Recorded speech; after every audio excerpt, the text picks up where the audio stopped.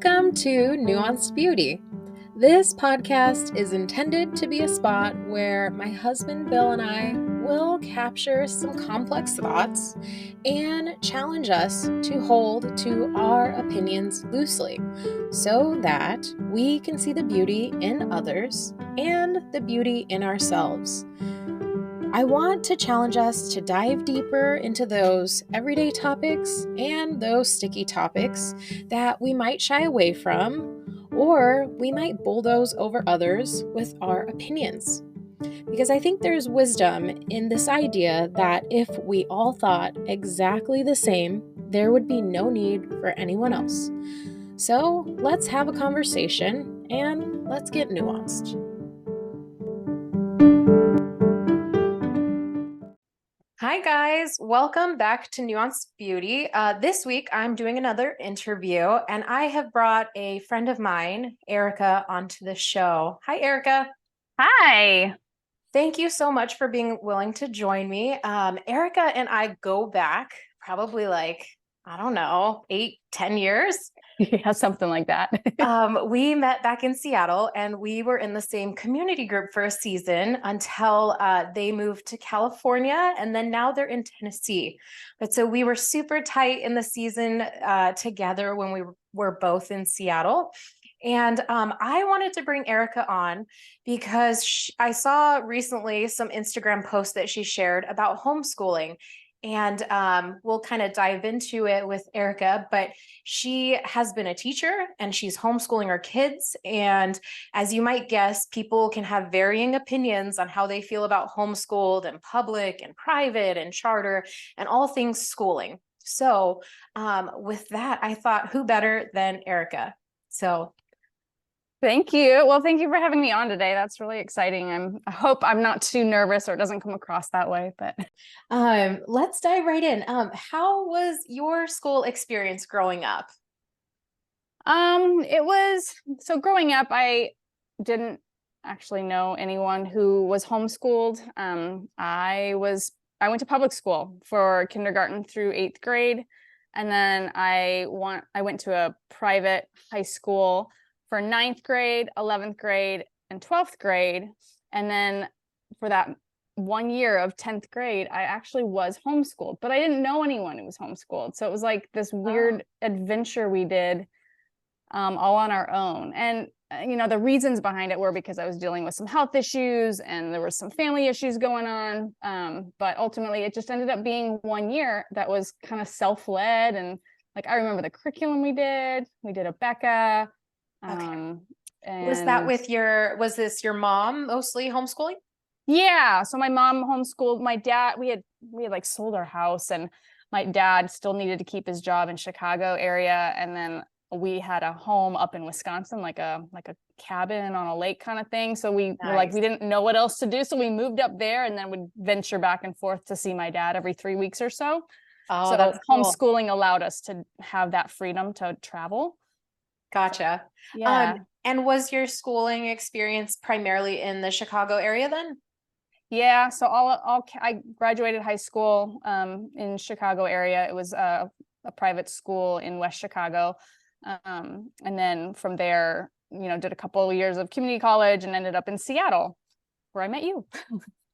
Nice. That kind of goes into my next question. I wanted to follow that up with, as an adult, I know that you went into teaching, so I wanted to kind of share with the audience the various places that you've taught and any specific things that stood out for better or worse in all the various roles. Sure. So I graduated from Seattle Pacific University with my teaching degree, and I ended up getting hired at a private Christian school in the greater Seattle area. So I worked there for 5 years. I ended up teaching 6th grade elementary, which basically means I had all those kids all day long, and I taught 7 subjects to them. Wow. It was a lot of work to be an expert in 7 subjects at the 6th grade level. Okay. Yeah. But my classes were smaller. It was 21 to 26 kids, depending on the year.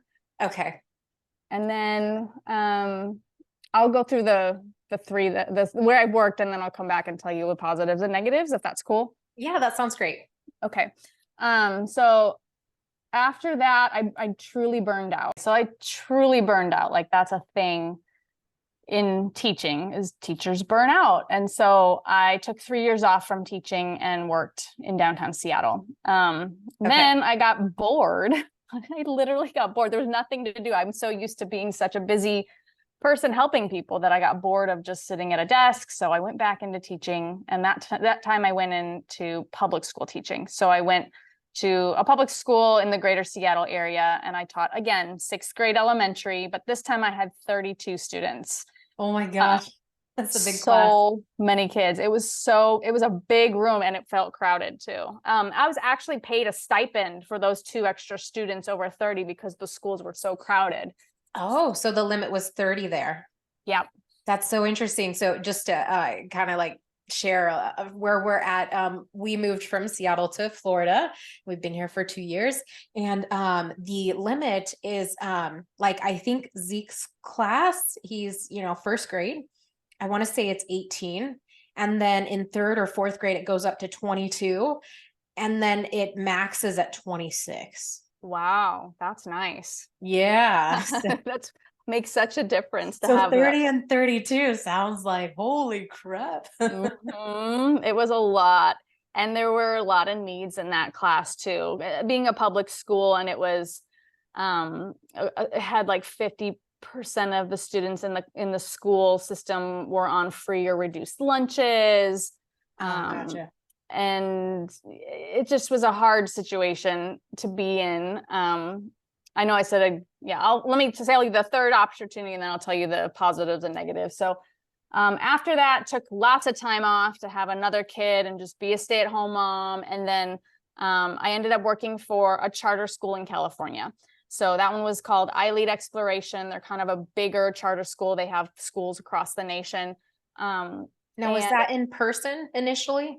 Yes, good question. So that was during the pandemic, and in California, anyway, the schools all basically shut down. Every brick and mortar building shut down, and kids didn't go to school for quite a while. So the charter schools, there's this beautiful thing in California where the charter schools give families state funding, and they're allowed to homeschool with that funding under the umbrella of a charter school. So I ended up working for them. I ended up being one of their teachers. They call their teachers educational facilitators at that school. And basically, I was given a load of students, K through 12, and I was the teacher of record for those kids. So they would do homeschooling at home using curriculum that was approved by iLead. Okay. And then they would meet with me once a month, and we would go over some of the samples they had picked out to show me. And I'm just making sure that they're at grade level, and I'm offering support wherever needed and so forth. So wow, that was a really cool situation. Yeah, I really liked that. I ended up working for them even when we moved to Tennessee, which was really awesome. I really loved that school. But I promised you I'd go back to the private Christian school. I guess I should have done that a little differently, but hopefully you're following my spaghetti brain of train of thought here. Yeah, it sounds like you kind of did the private Christian school for a few years, took a break, then went into the public school in Seattle, and then took a break. And then you kind of got the taste of California charter school. Yeah. What were the highs and lows? The highs and lows of the private school. Well, they didn't have state funding, being a private school, so they didn't have services like IEPs or special ed or reading programs or English language learners. So on the one hand, it was a lot more streamlined. Like, the students generally were at grade level at that school, and their parents were all paying for them to be there, so they were of a certain level of economic status. It was not an expensive school to attend, but you still had to be able to pay to go. So it eliminated sort of that lower income bracket of people. And that for the teacher just kind of made it streamlined. Like, it just meant that kids were more at grade level, and so forth. And And on the other hand, if a student was somehow not at grade level or needed extra support in any way, it was solely up to the teacher to help them and support them and differentiate their instruction if needed. Which was what we spent most of our professional development and training around. Honestly, it was just to like how to help those students that were coming in that were still performing at a lower level.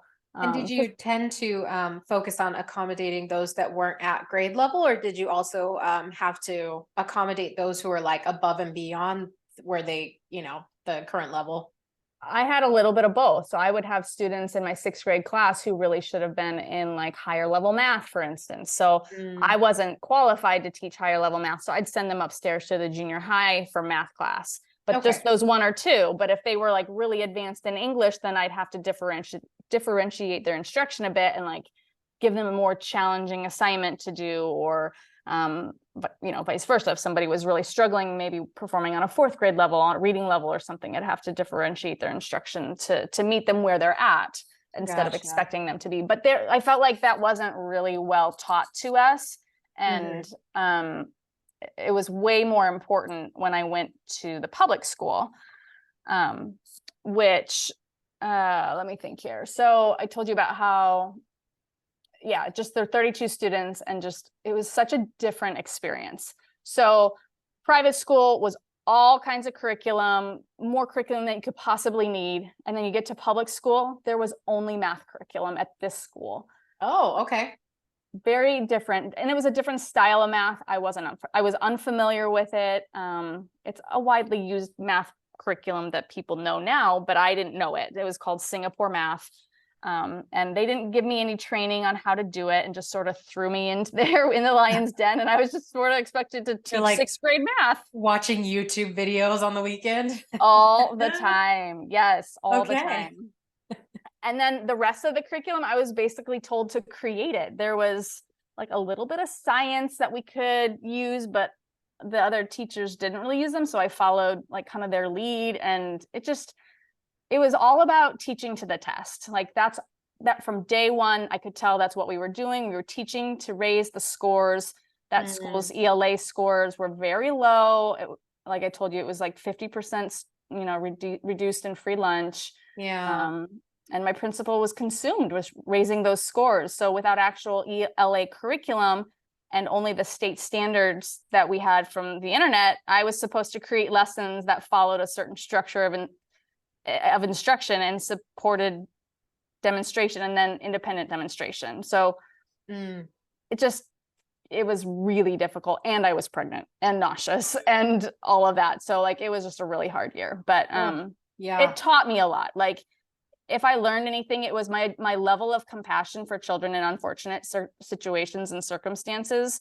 It really opened my heart to love them and be there for them as much as possible.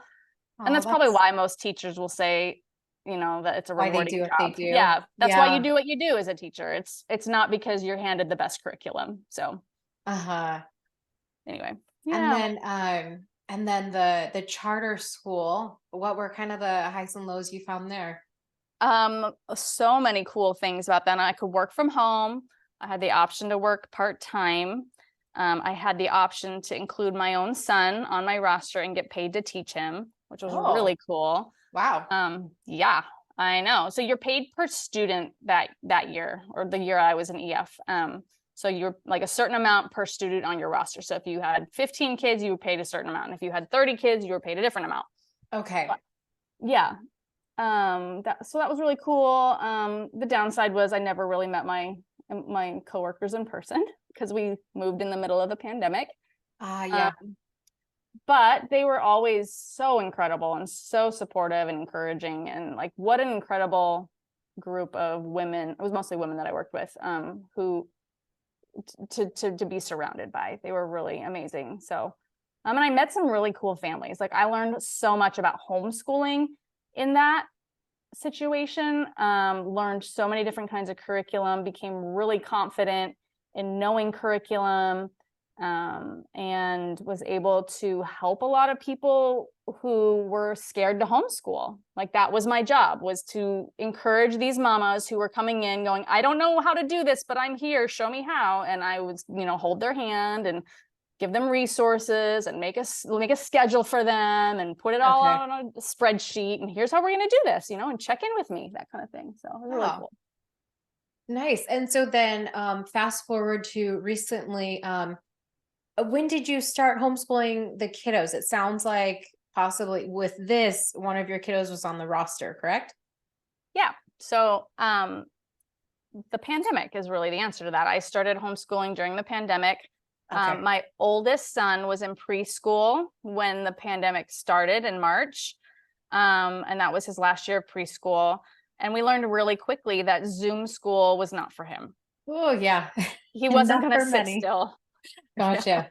Okay. He didn't even want to be on the camera. He would run. Like he wouldn't even sit in the room. We were Oh, like, we no. can't do this. Okay. Yeah. So I was So like, it was well, just a clear, like, okay, this is not going to happen. It looks like I'm stepping in. and I had always said I would never homeschool my own kids. Like I really said that to people boldly and had to eat my words That's because what here you I get. was Yeah.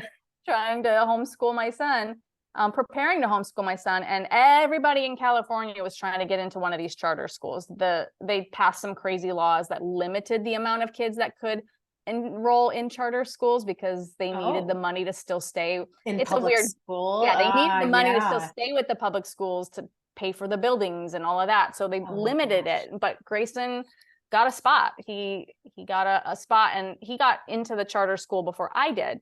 I was Oh, hired about a month after he was already working or already a student there. So he got to be on my roster once I was there. okay.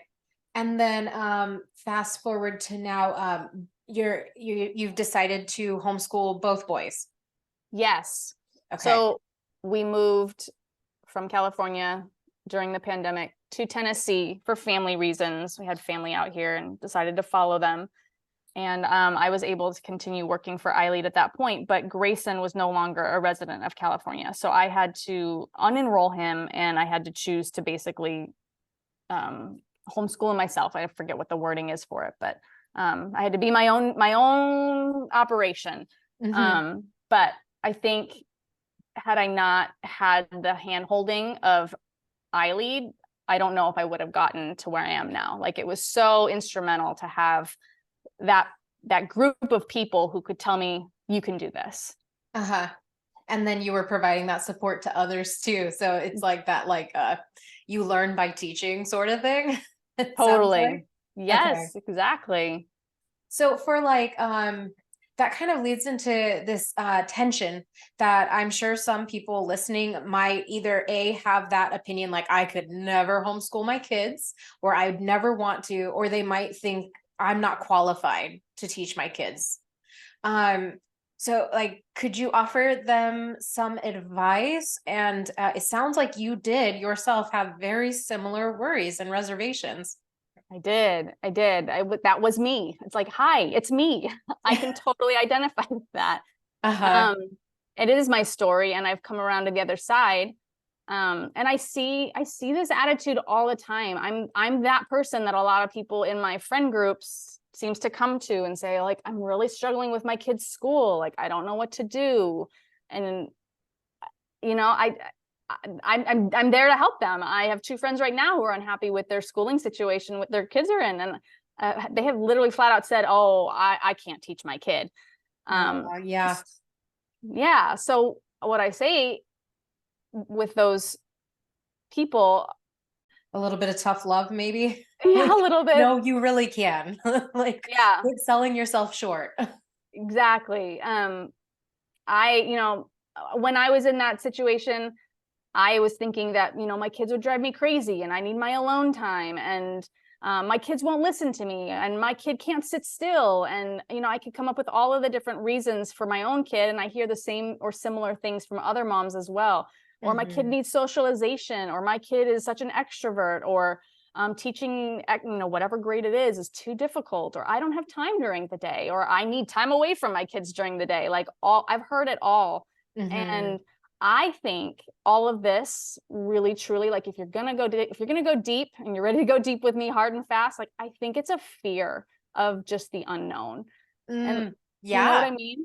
And I not think, having control, because ultimately, like at the end of the day, like just in parenting, we know that we don't get to control our kids. yeah, Like we do the best we can to exactly. like lead them and teach them, but they ultimately make decisions. So like bringing them home to do homeschool, like, that's like, potentially 8 hours a day that people kind of sort of check out. Yeah, maybe. Yeah, absolutely. Yes. And Like hand over the risk of teaching their kids. yes, exactly. And I mean, I could speak more to that, like that specifically.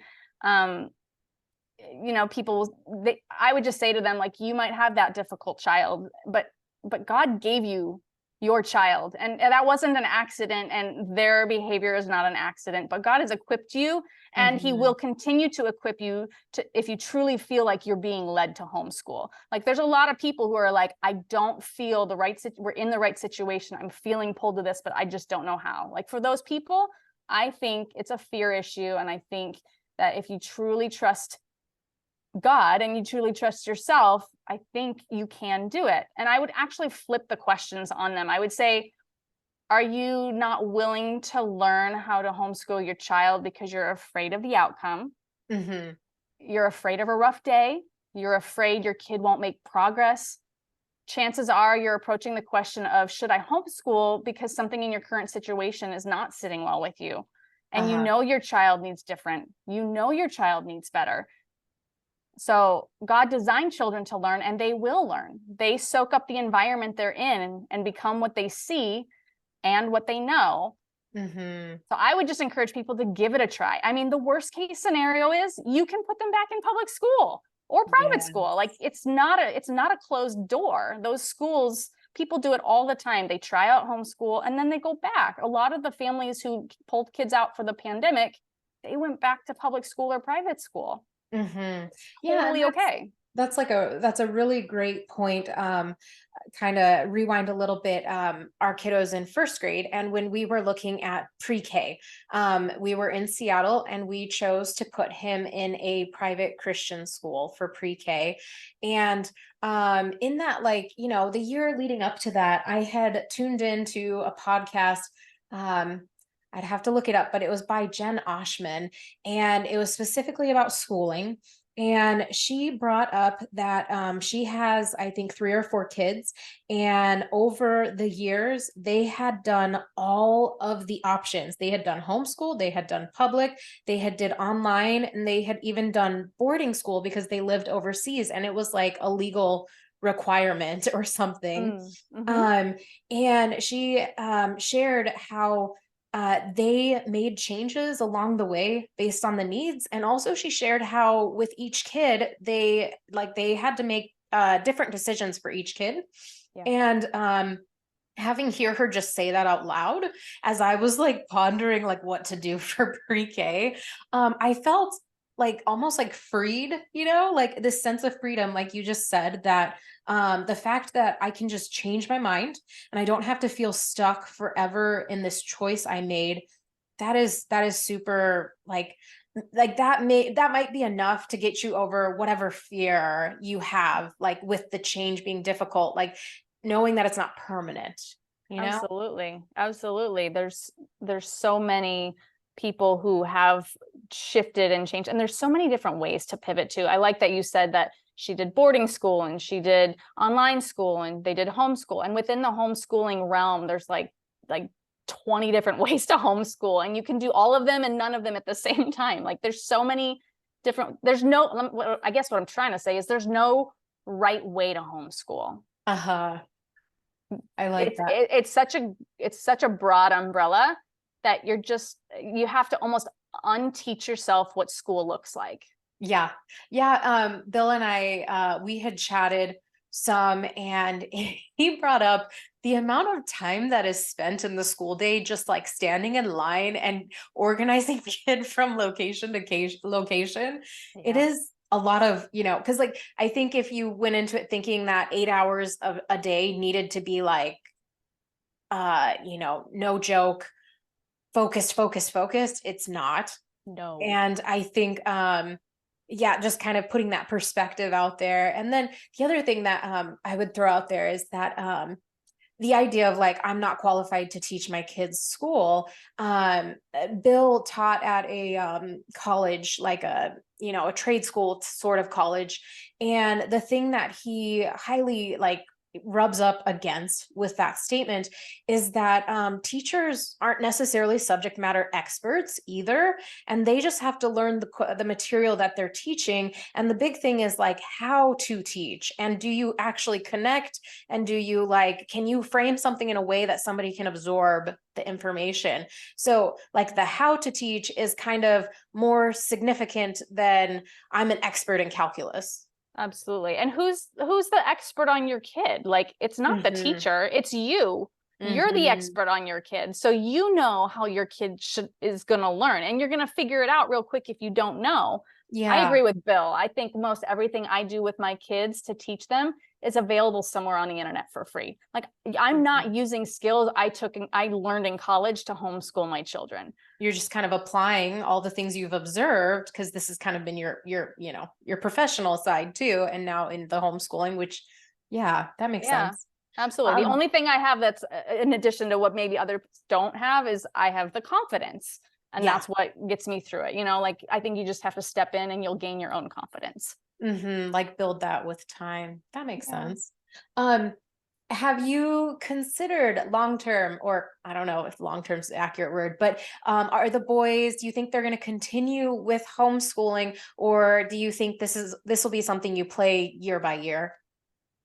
Yeah, I was thinking about that because it's such a big question to know how are you going to handle the rest of your children's Upbringing? childhood. Yeah. And our plan right now is really to get through middle school and reassess. Okay. Um, Having worked at iLead, I learned that there is a ton of support out there for high schoolers that wasn't there even just 5 years ago. And that's Hmm. really thanks to COVID. At this point, you can literally teach nothing and be totally hands off with a high schooler if you wanted to. I don't recommend it, but you can do that. And you can just purchase curriculum that teaches through virtual live classes or like recorded lessons, or you can go to an in-person class that is designed for high school homeschoolers. I'm Uh-huh. just maybe getting into your next question a little bit, but the resources available now are just incredible. So I'm not a math person. Math is my hard subject. My husband Okay. does math. He does numbers for a living. So we've talked about how he's going to do their math from probably 5th grade to 8th grade. And then we're going to reassess if the reason why we continue to homeschool is still there, or if it would be more beneficial for them to go to probably like a private school or something like that. Okay. Yeah. So it's interesting on that. Initially you had mentioned about like high school level, and that the thought that came to mind is we had a nanny last year, and she was a senior in high school, and she wasn't homeschooled, but she was completely online. Hmm. And like, so she was able to nanny for us and finish out her senior year, because it's that, I don't know, not easy, right? But she was just an independent, self-motivated, like she was practically ready to go to college, you know? Yeah. Um, but I have a girlfriend here as well who she was fully homeschooled, her and her siblings.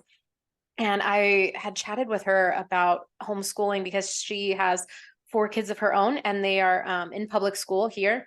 And she just shared that she had some frustrations when she got to her high school years, because she felt like her parents didn't continue to dive like deep into topics like calculus or physics or history, like some of those things that may have been available curriculum wise, which as you've mentioned, um, this was 20, 30 years ago. Now it sounds like it's much more readily available. um, but Yeah. that was her kind of hesitation to the high school years. I can identify with that because I was a 10th grader being homeschooled and my mom couldn't teach math to save her life. So I failed geometry that year, but I just made it up the next year when I went Yeah. back to public school. But nowadays there's like there's some really incredible programs where you can learn geometry online or join a live class or even go in person. Like Tennessee has so many opportunities where kids can go to a class with other homeschool kids and learn a class. It's almost like a private school, but you're just going one day a week, or you're just going for that one, one subject or something like that. Okay. Yeah. So, how did you go about selecting the curriculum? And yeah, if you wouldn't mind diving into, what sort of options are out there, that would be great. Sure, I'll try. That's a huge question, but it's throw your top 5 or something, the top ones that stood out in your mind. Yeah. Yeah. It's because it's so individual and different for every family, but there's some really great resources out there to get anyone started. You can literally Google how to pick a homeschool curriculum and you'll be directed to take like a little self quiz about the different styles of homeschooling. The top ones that come up that most people fall into are going to be like the classical way, the Waldorf way, the Charlotte Mason way. There's relaxed homeschooling, there's unschooling, there's outsourcing or online schooling. And then there's people who do a little bit of all of it. And you kind of call them the eclectic homeschoolers, which I'm an eclectic homeschooler that leans a little more Charlotte Mason. So, okay. And once you've identified kind of where you want to go, that's where you can go to a website called Kathy Duffy's Reviews. It's just kathyduffyreviews.com. Okay, we'll put that in the I'll put that in the episode notes so people can click on the link. Awesome. And she has the good, bad, and ugly of nearly every curriculum out there. It's a big website, and that's still an overwhelming place to be like looking at her lists, but it at least gives you a starting point and some links to start clicking on if you've never heard of homeschool curriculum before. And then the other thing I would say is to join a Facebook group for your local homeschooling area. So like I'm in one here in Tennessee where it's just a bunch of homeschooling moms asking a bunch of questions. And there's always new mamas on there going, hey, I just unenrolled my kid from public school. Where do I start? And I'm about to pull my hair out. No.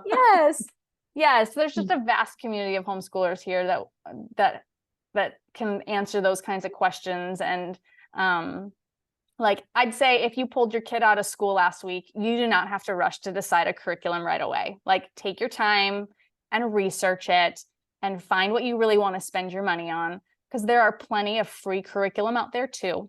There's one called Ambleside, and that is an online free curriculum. The other one that comes to mind is Khan Academy. They have through high school free curriculum online. Wow. Teachers Pay Teachers is a website with a lot of free and affordable printables for like getting you through just a couple of days or a week or two. Same with education.com.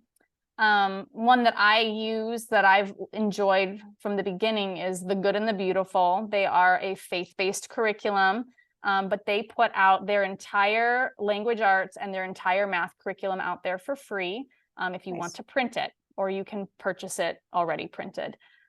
So like I said, we do language arts for them. We tried their math. I tend to like another one for math, but I just tend to find what's economical for me. And I would say, like, if you're going to purchase something, maybe the first thing you buy is a printer, because a really good printer, we have the EcoTank printer and we get it from Sam's Club or Costco. The ink is there as well.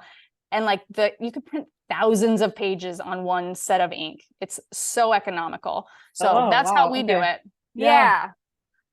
That's a good thought that, like, I'm not homeschooling. I would have not considered, but I just had to replace the ink cartridge in my printer recently. So I'm like, ooh, $30 for the color and $40 or 40 for the color and 30 for the black and white. And I don't know if I printed 500 pages. So I could only imagine. Yeah. I printed all of my kids' homeschool curriculum this year, which is multiple books using one set of ink, which cost me only $50 for all the colors and the black. Oh my gosh. I can still print more. It's not even half gone. So nice. They're great printers. Yeah. I should be a rep for them. They're really amazing. Yeah. We need an endorsement. So yes, please. If you hear me, I'm over here. Nice. That was wonderful. I think you just went into a lot of ideas. So someone listening could go back and they could write something down. We'll put a couple notes in the show notes as well. And then let's see. I had one other question that kind of goes Yeah. into the getting nuanced about things, right? A common opinion that we hear is that homeschooled kids miss out on the social activities or they're socially awkward. And I personally would not agree with that because I've met some homeschooled people who are phenomenal. Like they're very smart and kind and passionate. Um, but from your perspective, what insights would you give to maybe challenge that assumption? Yeah, I'm with you. I don't necessarily fall into that category at all. I could see where like maybe the things that are where that opinion comes from, and maybe it's based on like appearances or the way that you interact in a social circle of peers of the same age, and just kind of the ways that kids point other kids towards certain pictures on their t-shirts or the way they wear their jeans or whatever. But Mm-hmm. I don't know that in terms of socializing that homeschoolers are awkward or weird for that. Like they're actually some of the most socialized, versatile people I know. And I personally see great value in having my children interact with children of all ages. Like Mm-hmm. my kids will go up to an adult and have a conversation with someone that they don't know that well. Yeah. Or like one of their we go to a co-op so once a week, so like they have other adults that are interested in what they have to say, and they have no problem, and they're not shy at all to speak to another adult. Or same with like a high schooler who might want to engage with them and chat with them. Like I think that's more intimidating to somebody who's been in like an age segregated school system. Yeah. So um Yeah. I think, and I do think that this opinion is, I think it's still very prevalent because, I mean, I don't know the numbers for homeschooling. I know that there is a big rise recently, the stats and with COVID and that.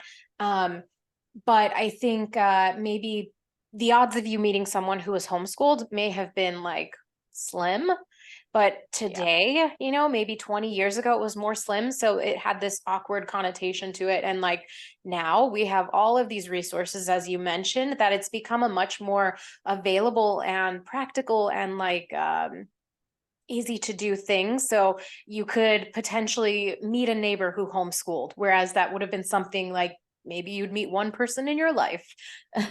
Totally. Yeah. Like I said, I didn't know anyone homeschooling when I grew up, and then became a homeschooler and didn't want to be that weird homeschool person. But I think unless you're Here really we truly are. shut up like we were during COVID, Yeah. you're going to find community these days. There's so many people who want to homeschool, and there's so many people who are accepting of homeschoolers, that I think that old thought of they're weirdos is kind Starting of to, yeah, starting to go on dissipating. the back burner.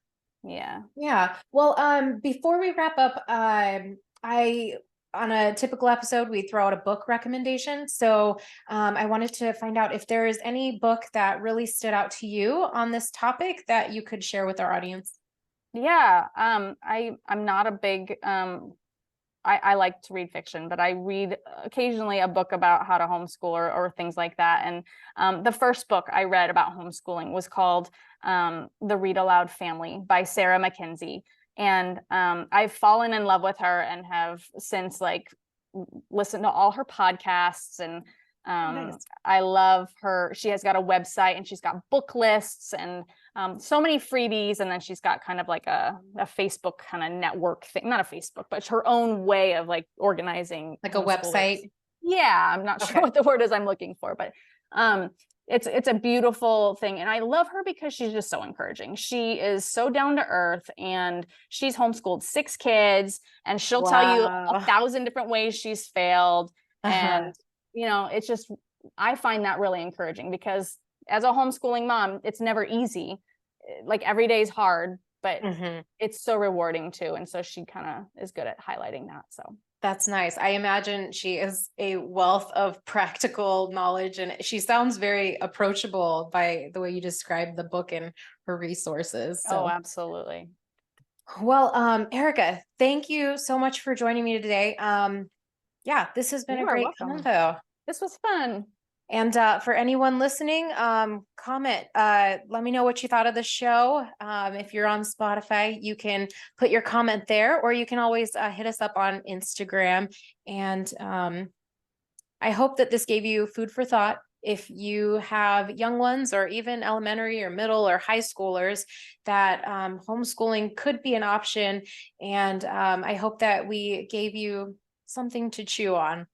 So, all right. Bye, Eryka. Bye.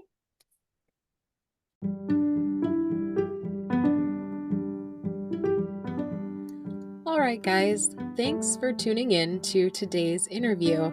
I'm sure you love hearing Bill and I chat about various topics, but truly, in the heart of nuance, it is wonderful to bring on a guest and have a conversation. So I hope you enjoyed, and until next time.